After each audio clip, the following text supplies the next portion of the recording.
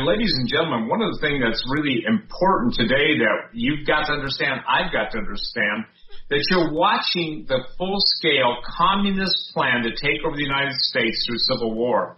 So we've got the Chinese arming and equipping not only the gangs but Antifa members, and Antifa, even with people like Angela Davis, a famous Berkeley radical. She teamed up with Dr. Herbert Marcuse or Marcuse back in the early 70s. And she's saying this, I want you to know, you guys, this is Angela Davis, a mouthpiece for the left, a mouthpiece for the communist officers. She said, this is nothing. This is just a warm-up to the revolution. The reason the Democrats can be so bold is that they've been assured of firepower to back them up. Doug, you and I spoke years ago on the show when all of those billions of rounds of ammo and all those guns were going beyond Fast and Furious, were going into different warehouses strategically placed around the country. We also, to put everyone into remembrance, minds, and to bring everything to remembrance, that's when Barack Obama made the statement openly. He said that the politicos needed a army on par or equal to the U.S. military. Well, that happened because the abomination of desolation fired, 385 generals and admirals? So, ladies and gentlemen, here's where the logic breaks down. If all of the major players in the military are Obama appointees, it was stated during that time, do you remember this, Doug, when it was stated that they had to swear allegiance to him and not the Constitution? Yep. You remember that? Yep. Yep. And so here's where I think the disconnect comes. And boy, chime in on this because this is in your detective realm. They could not make the claims they're making unless they have an ace in the hole. No, I can't say that. I was going to say a-hole. No, can't say that. The bottom line is this. They have assurances. I'm telling you, everybody should know this. I stand by my statement. The COVID-19 and its 48 envelopes, and then the other soon-to-follow bioweapons were designed to take down and destroy the country. We were at war, a trade war with China. Do you not think these guys knew what would happen? The annihilation of the middle class? Your favorite stores you grew up with. Our mall in Bozeman is like a ghost mall. But the point being is everything that would be typified or, how should I say this, illustrate the middle class is debt. And instead of life, you have debt, D-E-B-T. Look at how many student loans we have. Look at how many car loans we have. Look at how many failing mortgages. Now, what's happening to the mortgage market? What's happening to MBS, mortgage-backed securities? What's happening when Cheesecake Factory says we can't pay our rent? What happens when all of the ownership on Wall Street and all these giant buildings, ladies and gentlemen, somebody will buy those things up at fire sale prices. Oh, the blood will run in the streets. Doug, a lot of us have been warning, for 25 years that China is going to be the problem. A lot of us, and by the way, years ago on my own program, I brought in a former partner of mine who was one of the head soybean commodity trader in the world, okay, on the Chicago Board of Trade, had a seat there. And he and I talked about one simple thing, the change in the global food production and distribution when every Chinaman wanted, or Chinese person wanted one more egg. In other words, when the food habits of the Chinese, when they got more money, obviously they were able to eat better. When they started to compete with major Western countries to buy Russian wheat or wherever the wheat that's being grown is grown. By the way, Russia's going to have a banner year for wheat. And let me share what happened.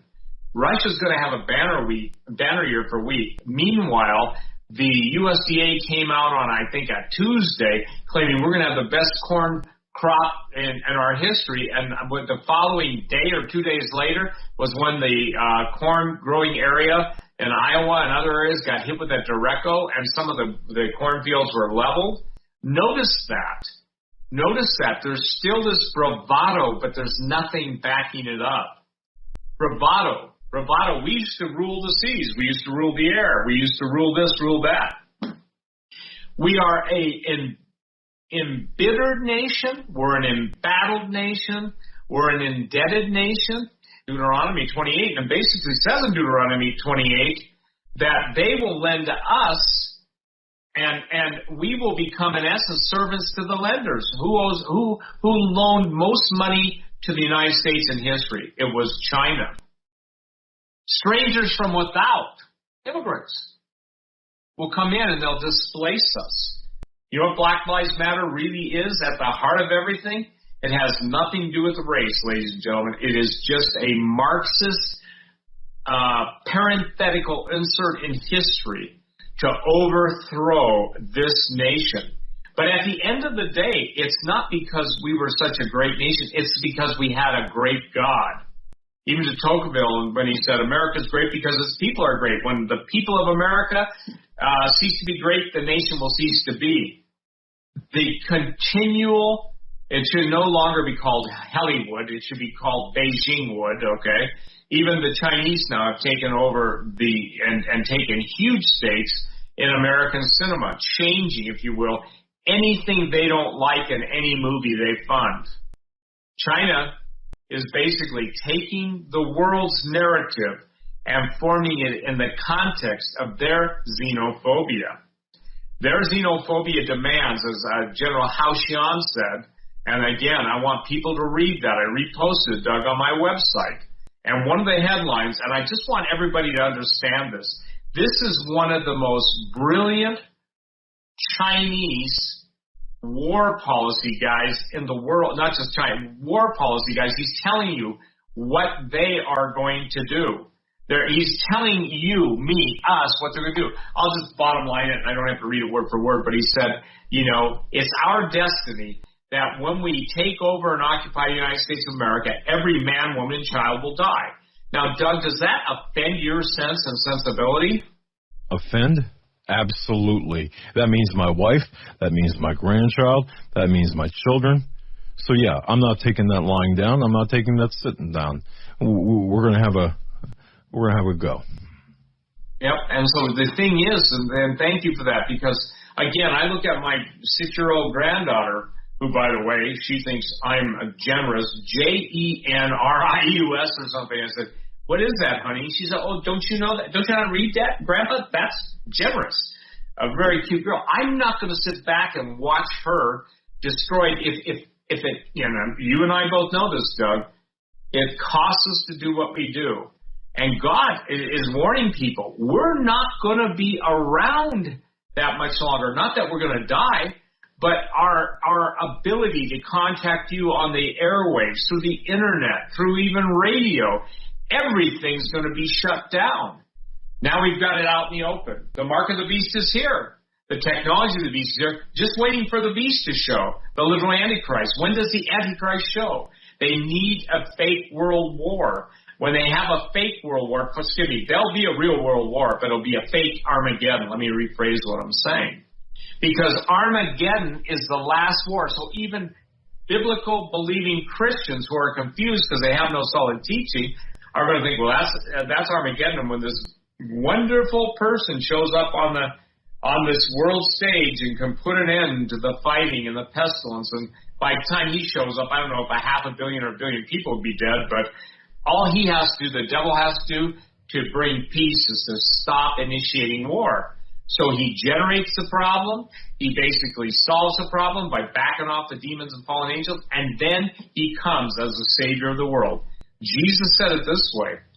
All of these messianic broadcasts where people are saying the Messiah is here, the Messiah is here, the Messiah is here, the temple, the temple, the temple, all of that stuff is preparing the way for the Antichrist. Because never forget the words of Jesus. Jesus said, I came and you received me not. Another will come claiming to be me, in other words, the fake one, and you're going to receive him. And that's going to last until God himself takes the veil off of the religious people of the day, and whether they're Jews or whoever is believing that the AC is the Messiah, and then they're going to see God's going to strip the AC's persona and show everybody who he really is. In the meantime, the number one group of people that have to be eradicated are Christians. The persecution, we in the West set up our own death by not standing up for our brothers and sisters in the East. We never stood up for them when they're being slaughtered. We never stood up for them when they're being butchered. We never stood up for them when they were being cannibalized. Yeah, we never stood up. We just never stood up at all for them. And now, guess what? That same power that is in the world destroying them has come to roost in us. We will not escape.